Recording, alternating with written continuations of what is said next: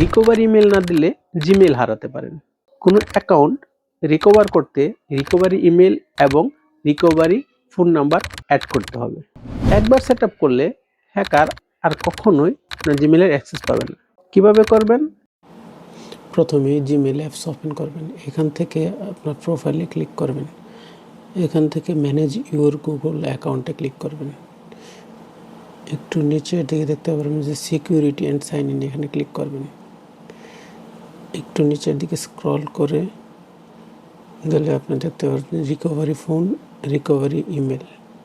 Recovery phone এবং email দুইটাই add করবেন। যে recovery phone, add phone number, এখানে আপনার ফোন নাম্বারটা দিয়ে দেবেন। আমি আমার ফোন নাম্বারটা দিয়ে দিচ্ছি।